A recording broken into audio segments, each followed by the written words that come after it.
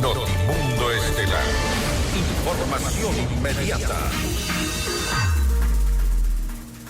Y la gerente de Petroecuador, Lady Jiménez Rivera, presentó su renuncia irrevocable al cargo. Su dimisión se produjo horas después de que la ministra de Energía, Inés Manzano, anticipara cambios en las gerencias y subgerencias de la estatal petrolera. Esta es la entrevista de Fausto Yepes. Hoy con...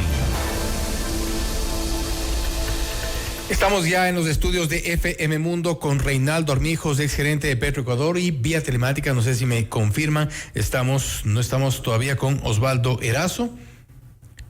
Estamos sí también en contacto con Osvaldo Erazo, experto petrolero. Las nuevas renuncias en Petroecuador, ¿qué ocurre? ¿Por qué esta remesón y también por qué la reacción por parte de las autoridades? Vamos a comenzar este momento con el ingeniero Armijos, que lo tenemos acá presente. Reinaldo, gracias por estar con nosotros, y a los dos también les damos la más cordial bienvenida. Muchas gracias por tenernos aquí, y muy buenas noches con todos. Ingeniero Erazo, también bienvenido. Lo que ocurre en Petroecuador se da a raíz de que ha trascendido estas negociaciones que hace el gobierno con aparentemente un consorcio chino-canadiense, respecto de la entrega a la concesión del campo Sacha, como se ha dicho, la joya de la corona, y esto produce también una salida prácticamente masiva de autoridades y técnicos en Petroecuador. Hay oposición incluso dentro de Petroecuador porque parece que la concesión del campo Sacha, nos decía el otro día la ex gerente de Petroecuador acá también, no es un buen negocio. Reinaldo, bienvenido. Perfecto, Fausto, muchas gracias. Bueno, primero recordemos que... Acerquémonos un poquito al micrófono. El campo Sacha ya es el campo obviamente más antiguo y el más productivo que ha tenido Petroecuador y el Estado ecuatoriano ya con el tiempo, ¿no? Era AUCA también antes, que está en otro consorcio. Pero en este caso, el tema de lo que es el campo Sacha, pues ha tenido buenos rendimientos como tal. Se llegaron hasta los 80,000 barriles en el 2024.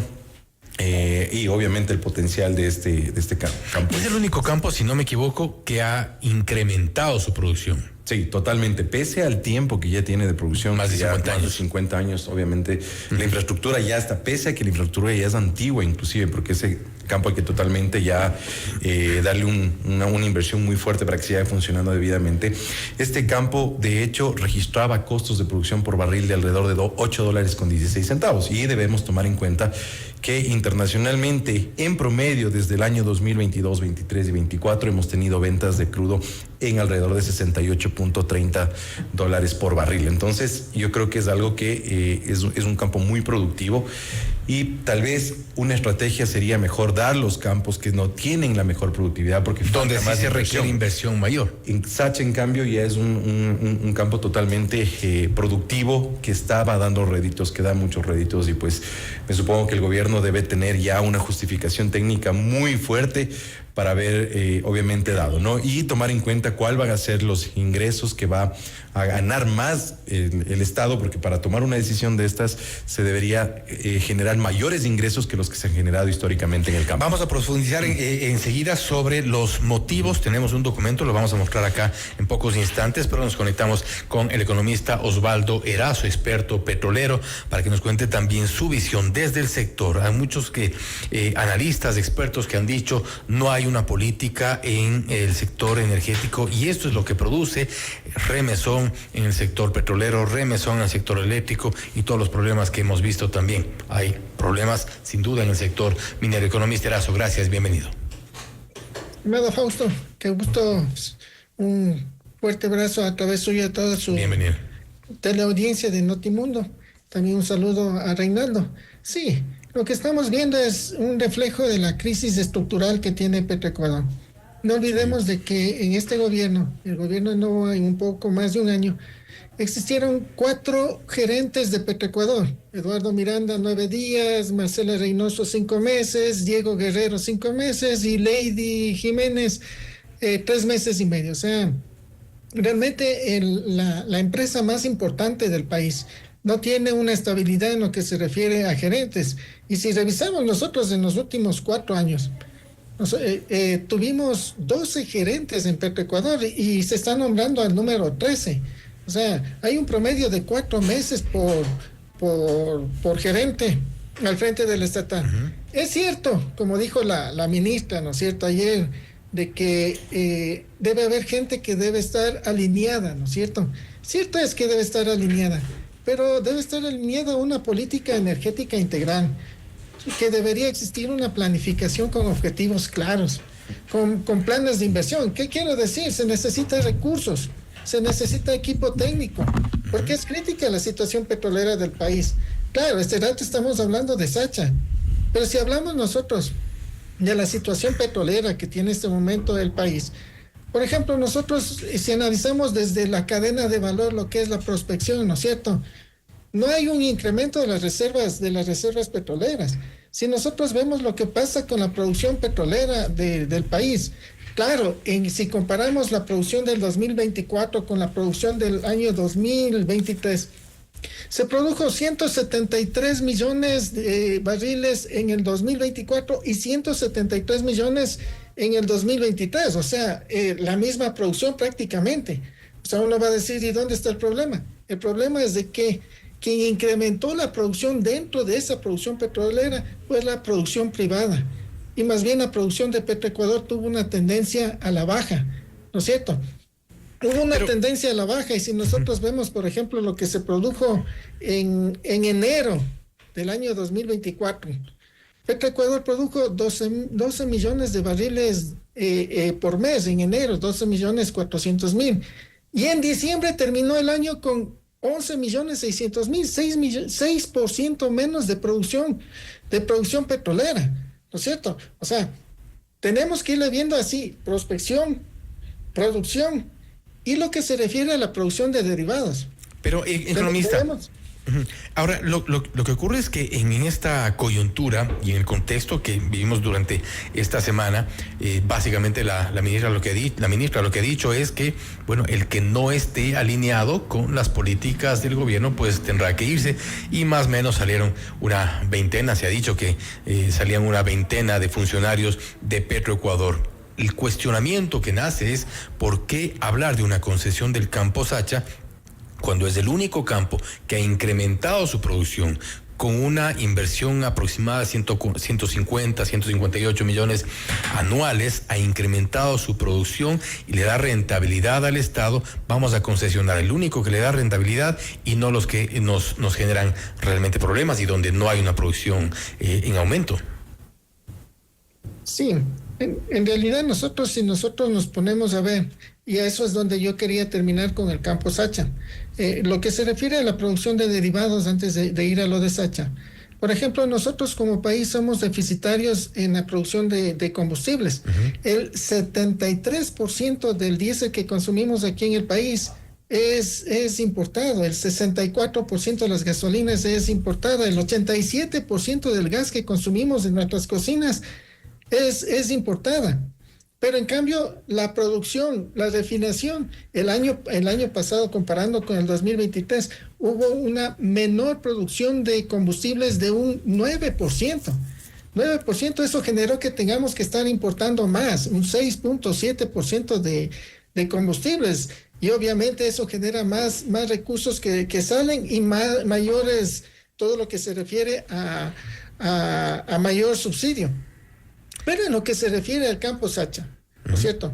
Que tenemos nosotros una producción más o menos de 76.000 barriles diarios, que incrementó en los últimos 2 años un 20%, porque sí, a ese campo sí hubo inversión, ¿no es cierto? Y eso demuestra de que cuando hay inversión, cuando hay planificación, hay resultados. Y allí estamos con 76.000, hay costos bajos, hablan de costos de 12, 15 dólares. Si le vemos nosotros el precio promedio del año pasado, ese campo generó más de 1.500 millones de dólares.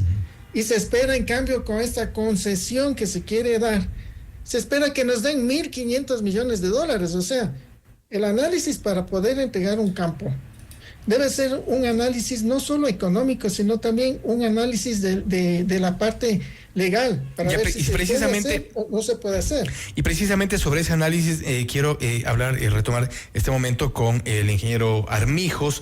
Hay un oficio de noviembre del 2024, no sé si me corrige, Reinaldo, sí, de 25 donde de noviembre. ya precisamente hacen ese análisis que usted nos menciona, economista Erazo, respecto de la producción del campo Sacha, respecto de la conveniencia, respecto de las inversiones que se han hecho, y allí la recomendación es exactamente la contraria a lo que creemos, de acuerdo a las cifras que se han manejado, del incremento de la producción, de la inversión. La recomendación es exactamente la contraria, Reinaldo. Sí, bueno, en este oficio, pues que es dirigido al viceministro de Hidrocarburos, en ese momento el subsecretario de Administración de Contratos, que es el ingeniero máster Velázquez, pues lo que dice es que sea básicamente de todo el documento que pone en conocimiento el viceministro. Entonces lo que dice es, se recomienda que este campo sea delegado por el Ministerio de Energía y Minas a empresas estatales de comunidad internacional. Usted estuvo al frente de Petroecuador, ¿eso es lógico? A ver, yo creo que debemos tener muchas aristas. ¿O técnico? Creo que es desde una parte financiera. Yo creo que la única decisión financiera que se debe tomar es cuando realmente no se tiene una inversión, se podría analizar, pero siempre que no afecte a los ingresos que actualmente está teniendo como ingresos del Estado. Entonces, ¿qué significa? Debería tener, por ejemplo, ya una participación la empresa o cualquier consorcio internacional o lo que sea, pero a partir de una producción de 80,000 barriles por adelante, por ejemplo, y el resto obviamente simplemente mantenerlo con la infraestructura que está.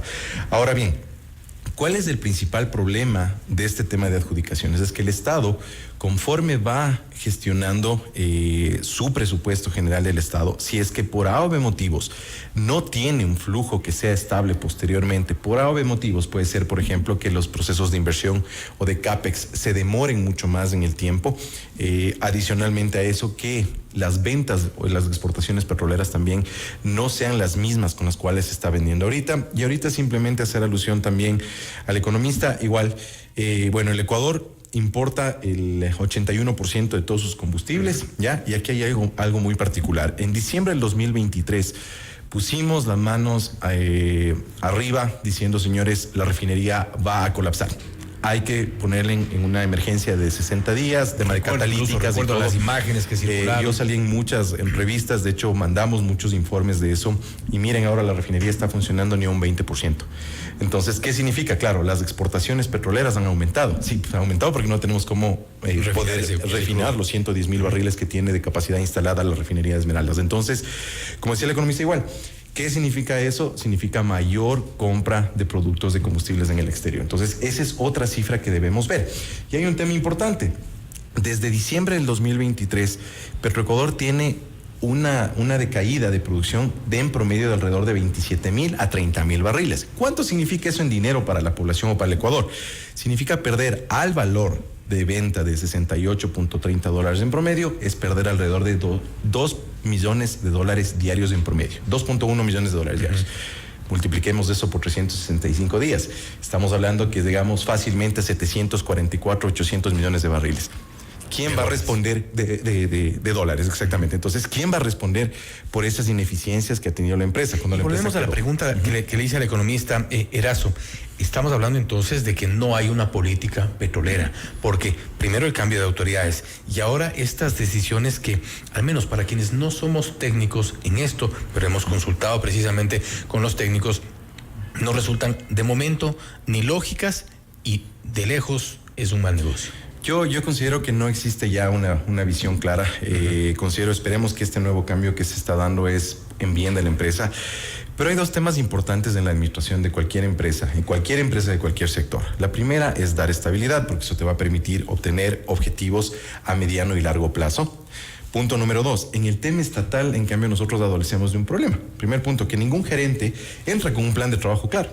O sea, porque tú no calificas o pones un gerente por su plan de trabajo, por sus objetivos o metas, sino que va más desde una visión de quién es política o de afinidad, etcétera. Entonces, y la tercera parte importante, cada cambio que tiene Petroecuador o cualquier empresa pública, cualquier institución pública, significa que es reestructura de equipos, reestructura de personal. Segundo, llega un gerente y dice, yo quiero este proyecto, llega otro con otra visión, le da de baja lo que esté funcionando bien y al siguiente, sencillamente, empieza otro desde cero. ¿Cuánto se demora un gerente realmente para poder tomar de alguna manera riendas rápidamente? Yo que estuve alrededor de casi entre las dos gerencias de comercio internacional y esta alrededor de un año, 6 meses, 7 meses, pues uno por lo menos necesita 3 meses para de alguna manera empezar a ver y empezar a ser estratégico en las decisiones, y segundo, tener decisiones con lógica. Pero si no tengo estabilidad, eso causa que las personas primero tengan miedo a firmar contratos, por eso no hay pagos a proveedores, carteras infladísimas de cobranzas.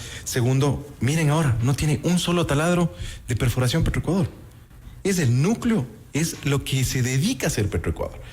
No tengo ningún taladro y solo tenemos taladros de workover ahorita que sí, de alguna manera mantienen algo la producción. Pero si es el core del negocio, la producción petrolera, ¿cómo no estamos perforando más o haciendo más pozos exploratorios? Y a propósito de esta inestabilidad que es evidente en las máximas autoridades de Petroecuador, economista Erazo, esto también evidentemente ha influido en esta relación Estado-sector privado. Está con el micrófono silenciado, por favor, si lo podemos encender. Sí, no sé si ahí me escucha. Perfecto. Estamos nosotros con una situación. Hay problemas de infraestructura en Petroecuador, ¿no es cierto? O sea, todo lo que se acaba de mencionar este momento en las refinerías, ¿no es cierto? Pero también en lo que se refiere al almacenamiento y el transporte del combustible. Si nosotros vemos, por ejemplo, lo que es la comercialización del combustible. Recién el año pasado tuvimos cuántos problemas hubo en Riobamba con el abastecimiento de combustibles. Estaciones de servicio que tenían que ir a abastecerse, ¿no es cierto?, en Pascuales. Problemas en Cuenca, e incluso en Quito tuvimos nosotros a finales de noviembre e inicios de diciembre tuvimos problemas de abastecimiento en muchas estaciones de servicio acá en Quito.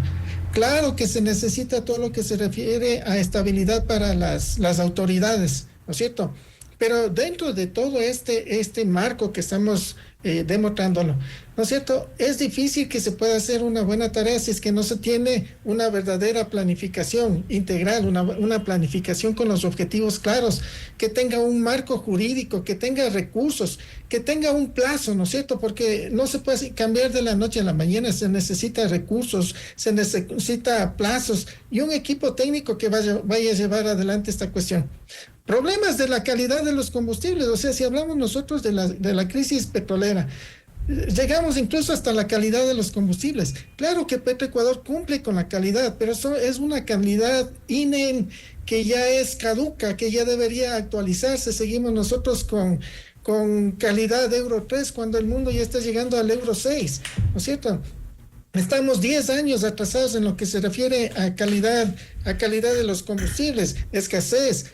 Las estaciones de servicio de la red de Petroecuador, que antes era la número 1, que ahora es la tercera en el mercado de combustibles, tiene problemas de que esas estaciones de servicio en 22 años no han sido actualizados su margen de comercialización. Y en esto que se refiere específicamente al campo Sacha, ¿no es cierto? Uh-huh. Si quieren entregar el campo Sacha, deben tener en cuenta que es un negocio en marcha. No es una inversión de riesgo. Y si quieren venir inversores extranjeros, que vengan a buscar prospección, que arriesguen, ¿no es cierto?, en campos nuevos, no en un campo que está totalmente en producción, que genera un petróleo de alta calidad y que prácticamente el 50% de ese petróleo se refina aquí en el país. Si se entrega ese petróleo a una refinería privada, ¿qué va a pasar? Van a entregar a un precio a las refinerías.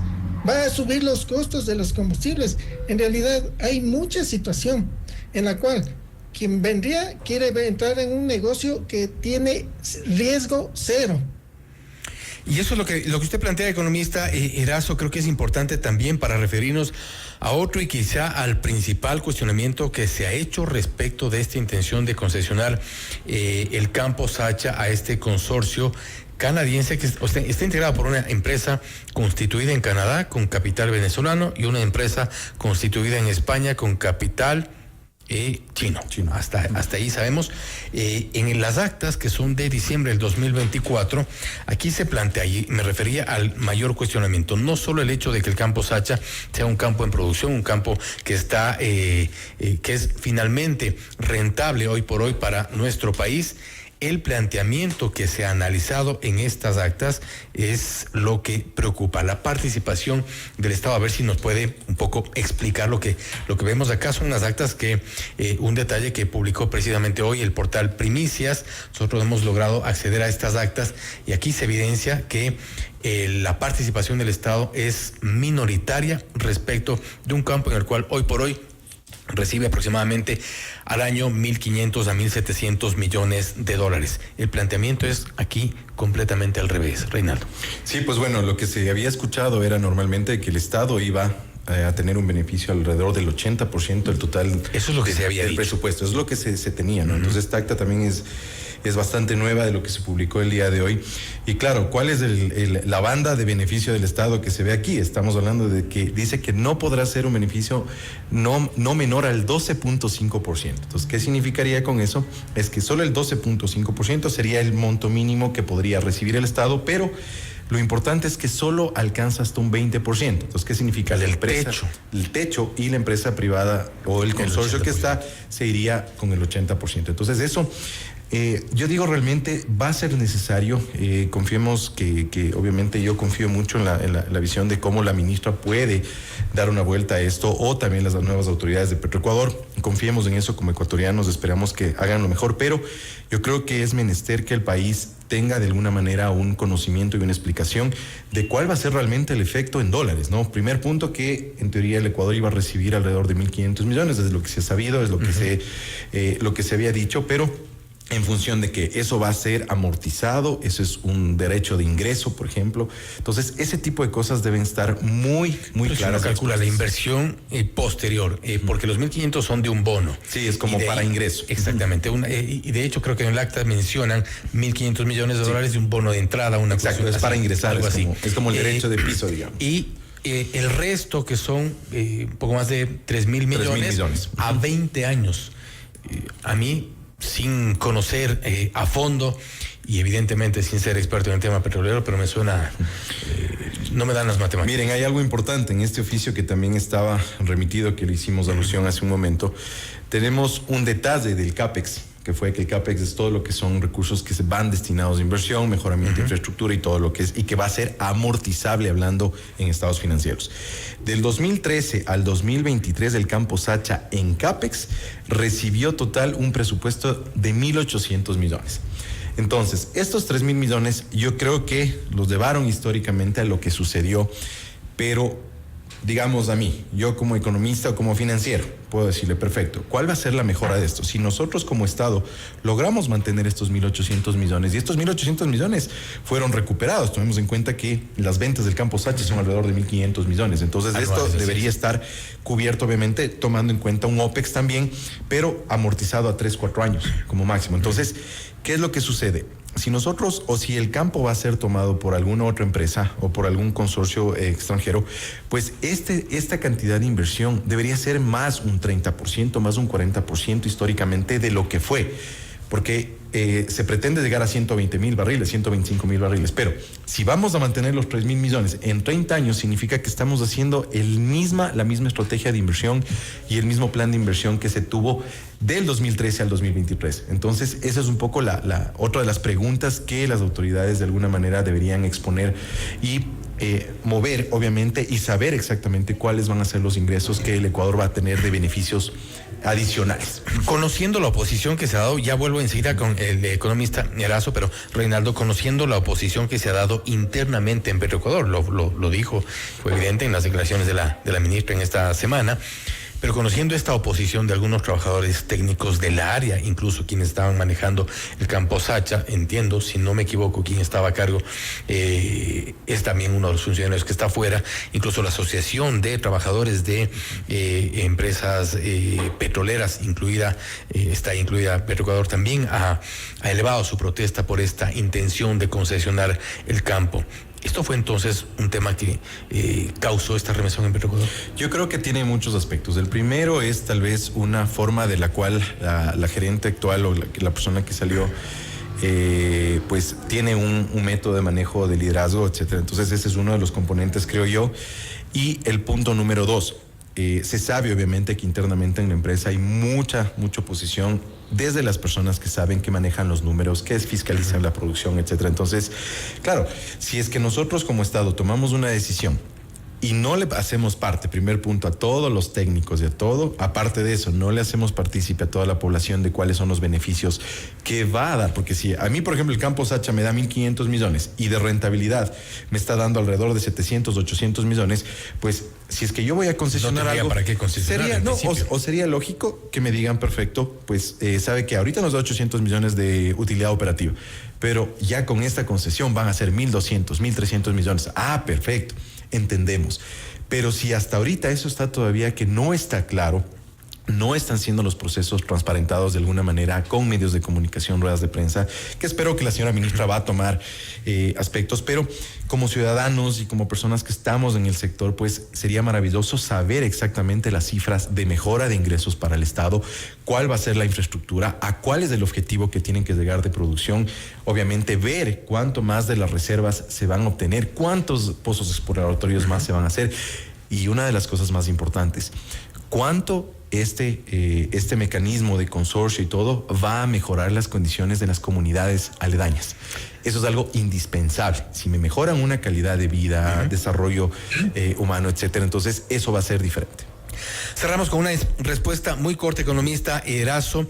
Han dicho las autoridades que después del carnaval entendemos que la próxima semana ya habrá algún anuncio oficial respecto de los acuerdos alcanzados con el consorcio, si es que así ocurre, o en todo caso respecto de la concesión o la intención de concesión del campo Sacha. ¿Qué debería ocurrir la próxima semana después del feriado, economista Erazo? Lo más corto posible. Se debe tener en cuenta que el artículo 261 de la Constitución habla de que el Estado central tendrá competencias exclusivas sobre los recursos energéticos y el 51% puede ser en concesión en circunstancias excepcionales, siempre y cuando el Estado tenga el 51%. Si alguien quiere venir acá a hacerse cargo del campo Sacha y hacer la inversión, debe tener un porcentaje de lo extra que está produciendo, no de lo que está en producción actual. Creo que es importante y ojalá que lleguen los anuncios oficiales para un poco quitar también algunas que en algunos casos suenan como especulaciones, en otros ya hemos visto los documentos y cuáles son las intenciones, al menos de momento, con este proceso de concesión. Nuevamente agradecemos al ingeniero Reinaldo Armijos, gerente de Petroecuador, por haber estado con nosotros, también al economista Osvaldo Erazo, a quien también le agradecemos que ha estado con nosotros vía telemática. Gracias, muchas gracias, igual. Gracias nuevamente. Esto es Notimundo Estelar, siempre bien informados. Noticias, entrevistas, análisis.